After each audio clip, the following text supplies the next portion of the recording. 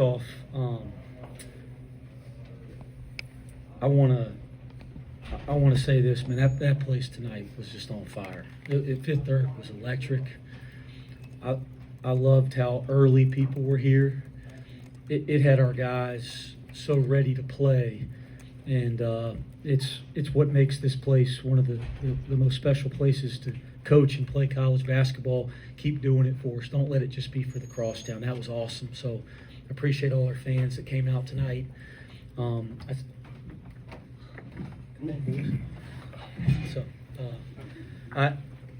really believe this. You know, I looked down and I felt it the whole night. But you shoot,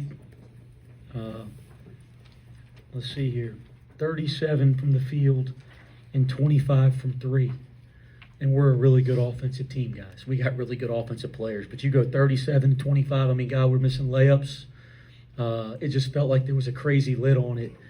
And you find a way to win the game. That's Cincinnati basketball. Those are the best wins as a head coach. Those are the wins that I'm the most proud of my career.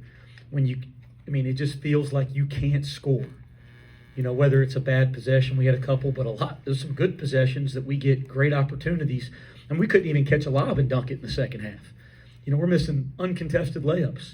I mean, stuff like that was happening. It was just not our night offensively, but we still found a way to win. I'm so proud of that because every night's not going to be like that. We're a good offensive team. So that's Cincinnati basketball. I thought our guys showed a tremendous amount of toughness and edge. And then I'll kind of get into the next thing. Like, we go into the locker room and Kenyon Martin and Corey Blunt and Steve Love. I mean, it's like, how about all the foreign players that were not? I won't keep going because I'm going to leave some really, all of them are important. I will leave some big time names out. But how about all those guys coming back for this and being in our locker room? Like this is a basketball family, Cincinnati. And to start having guys from different generations and eras and enjoying it and, you know, getting to know our guys, that's really special. So that was really cool for all of us tonight. And then, guys, I found a home here in Cincinnati. I love it here. And I told our team this in the locker room. I thanked them because I found a home and I don't want to get kicked out of my home. And if we never figured out a way to win this damn crosstown shootout, I was worried everybody's going to run my ass out of town. And so I'm glad we won one so that they won't kick me out of town because I just love coaching here so much. But, you know, I didn't think anybody played their best game on our team offensively. We had some moments that, you know, we didn't get to loose balls and sprint back, and I thought that compounded some mistakes. But I thought deep down our guys just played with a lot of edge and toughness and stayed with it and just wanted to figure out a way to win the game. If you ask me one guy that I thought was pretty dang good tonight, because I didn't think anybody was great, and I mean that in a good way, is Dillon Mitchell. I thought he just made an impact. You look down, he's 4 for 5, 3 for 5 from the line. You know, it gets to 11 and 10, double-double, and he made a major impact on the game. And so Dillon probably had a nice game, and there's a lot more in there with him. But I don't think anybody else played to the level they can. But our team played with a lot of grit and toughness, and as you guys know, that's what Cincinnati basketball is all about. So I'm really proud of this one. I hope that our fans, our players enjoy it till midnight, and then we turn the page and get ready for the next one. Questions for coach and players? Dan, you, Seamus, and Jizzle all had your different struggles from the floor throughout the game, but in the final 5-6 minutes, you all managed to step up. What does it say about the mentality that you guys have, that you don't dwell on it and let it get you down? You just keep playing, and eventually you get the win. Yeah, man. It felt good to get back out there with my team, and hey, for the whole team, shots weren't falling. We were getting good looks and weren't hitting them. We just trusted in our process and what we do every day, and we just kept fighting, man. We won that game because we fought. You know, we didn't have the best field goal percentage, free throw percentage. Oh, no, free throw percentage is better. Now that's why this game doesn't make any sense, Dan, because normally we don't throw it in the ocean from the free throw line. We're going to change it this year, but 19 for 26. You know, that was good. That was good. Yeah, 73. Three-point and field goal. Yeah, three-point field goal wasn't that strong in the first half and nearly the whole game. So I'm glad we fought. We won that game because we fought and we rebounded and we just played tough and kept believing in ourselves and stayed together the entire game. Dillon, 11 points, 10 rebounds. Just what was your thought following the game in terms of this rivalry and the atmosphere out there today? I mean, this is my first year here, but I could easily say, like, that was by far the most fun I've had in college basketball, like, by far. That was 100% the best atmosphere I've ever been in, home or away. I mean, that was so much fun to play, and especially being new here, I wasn't, everybody talks about the whole Xavier-Cincinnati rivalry, but, I mean, to be a part of it, and then having that type of fan, like all the fans out like that, I mean, it pushed us to a whole nother level, I think, just as far as we knew shots were falling, we knew we were making mistakes, but, I mean, digging through to the end just for the city, I mean, just for us, for our brothers, that's what it was all about. So, I mean, like I said before, that was the most fun I've had tonight, and, I mean, if we have fifth third like that every game, I don't see how anybody could really come in here and take a win from us. Keegan and Russ. Coach, how much of that win was for guys who were here earlier, like David DeJulius, John Newman, Odi Oguama, guys who helped you kind of build it to where it is now, but weren't really able to beat Xavier during their career here? Yeah, I'm glad you asked that question, Keegan. The guys that ESPN flew in for the game asked about our program, what we're proud of the last 3 years, and I probably gave them a terrible answer, but I believe it.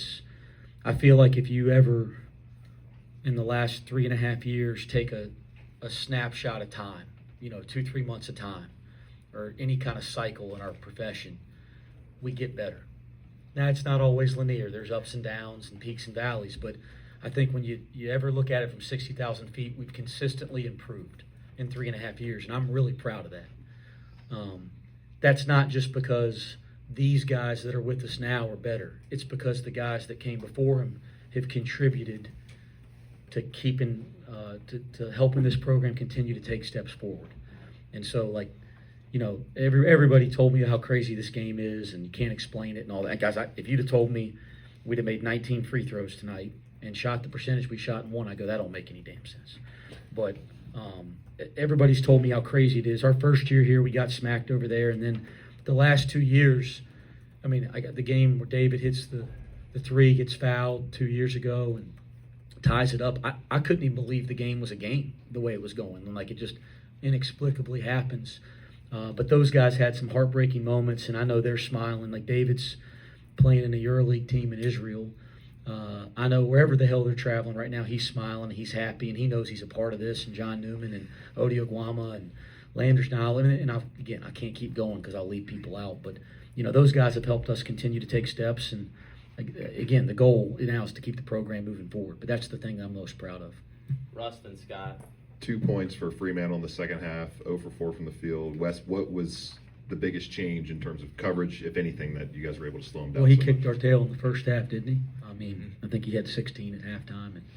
And he got a quick 7 early in the game, and some of them were just angles, right? Like he catches it on Aziz on kind of the left, right off the left box, and Aziz doesn't square him off, and he gets one. We closed out inappropriately to him, and we kind of raise up, and he gets an angle on the drive. I mean, we had a possession in the corner where Sean called timeout, and we came out of it and had a really good possession, don't get the rebound, and it comes back to him. So some of it was angles there. He converted them.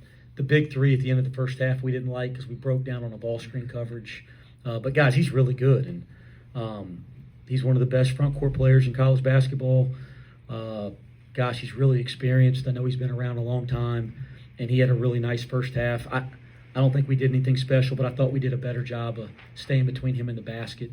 I thought early in the second half, I thought they made a concerted effort to get their shoulders downhill and really put pressure on us off the bounce. And we talked about in timeouts trying to get back to being the aggressor defensively, that they kind of were just turning the corner and putting fouls on us and that kind of thing. But so some of it could have been they were having some success doing that too.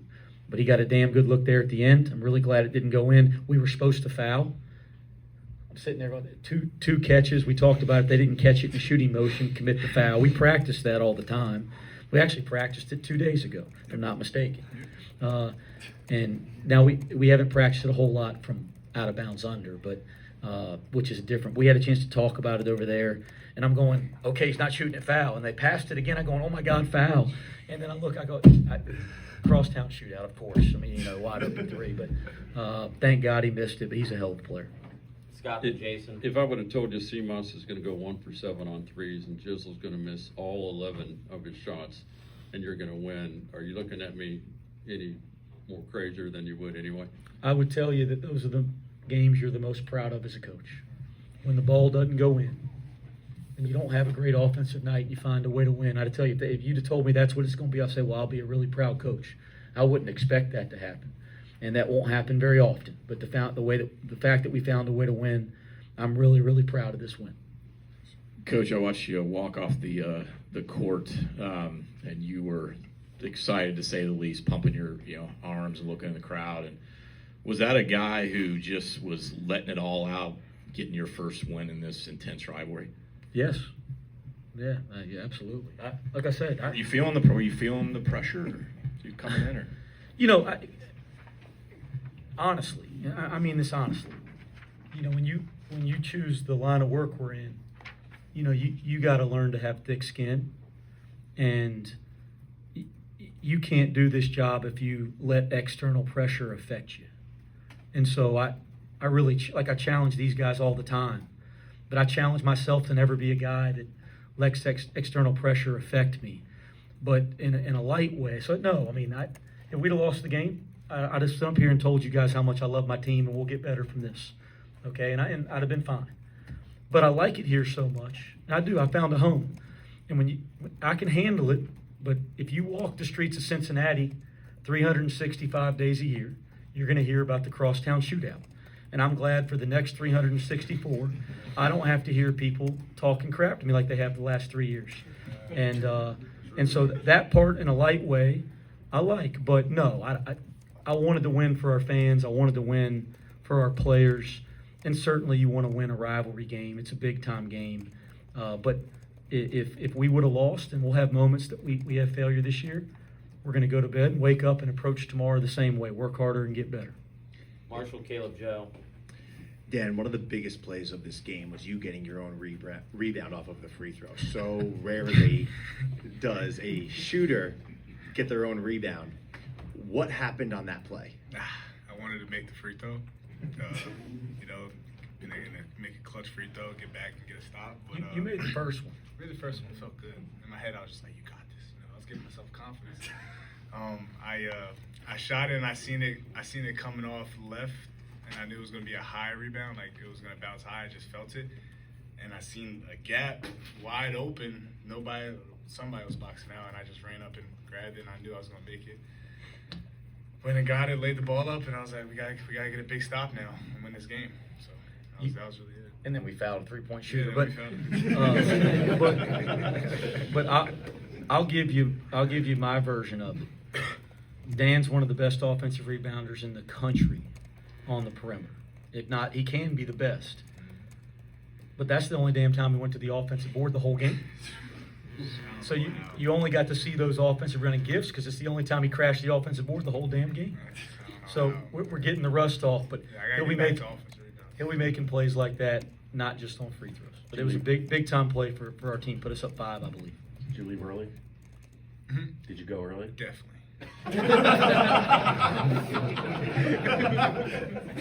I'm just glad we made the layup. Yeah, I know. The one layup he missed. From you. I give him a hard time about that one. Yeah. The one you threw like one time, I know. When Simas Lukosius tried to go behind the back to Z's when he had an angled layup in transition, I saw dots. But again, we didn't play our best basketball, but we found a way, and that's Cincinnati basketball, and that's what I'm most proud of. Coach, a couple for you back here in the middle.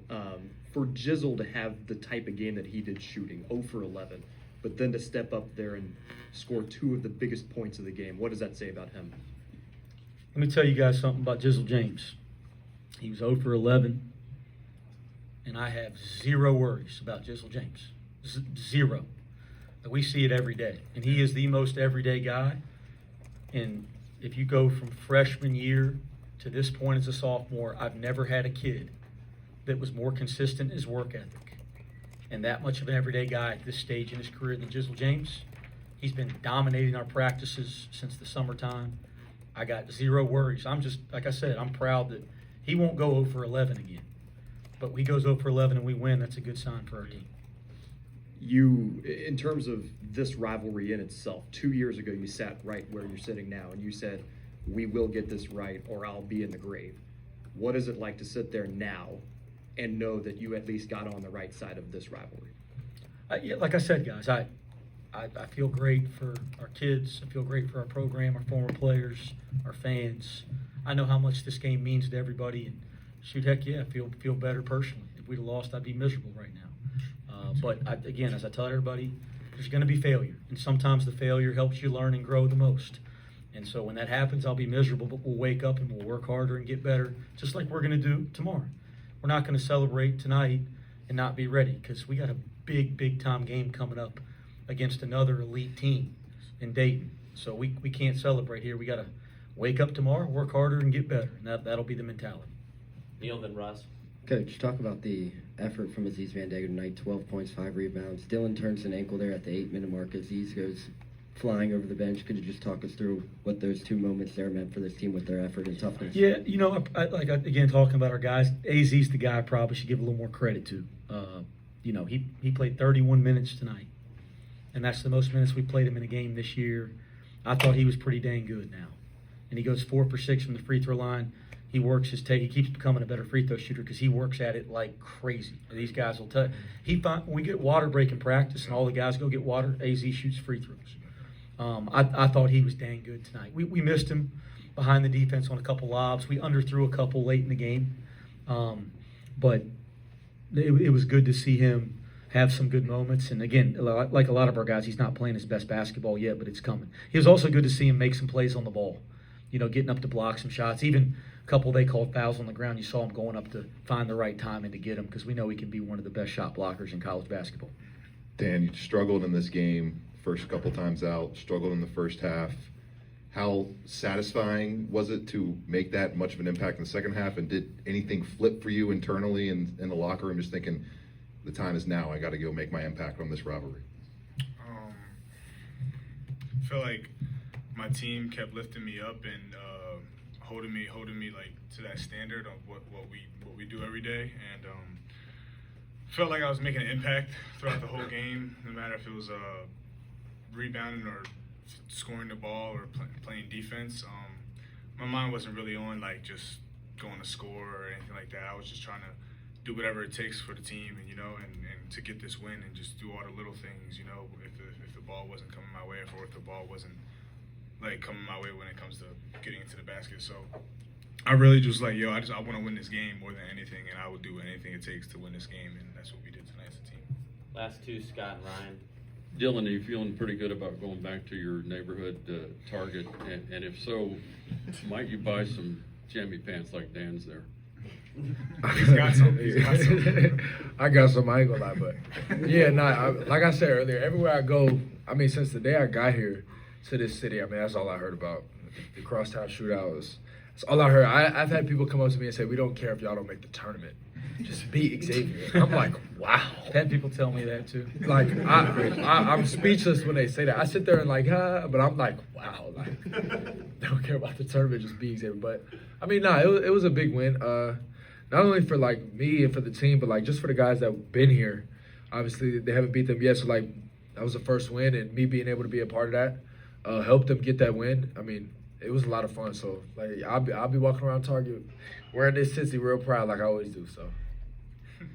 Dillon, for a newer guy in this program, how impactful was it having a guy like Kenyon Martin back talking to you guys yesterday and then today after the game?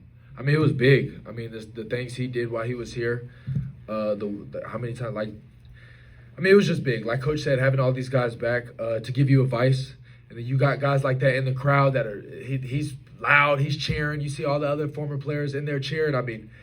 It's just the fans, the former players, playing in that type of environment, it just pushed to another level. I felt like I didn't even feel like I was getting tired that game. I didn't feel tired. I was just so amped up to play, and it's all coming from them, coming from the fans, coming from seeing Kenyon right there on the court side, just being loud, and then just getting advice from him. He gave us some good advice yesterday, just about the blood, sweat, and tears, that all the former players have put into wearing Cincinnati on front of their chest. So just being a part of that legacy and just continue to get some wins in front of them. Thank you all. Thanks, Dan.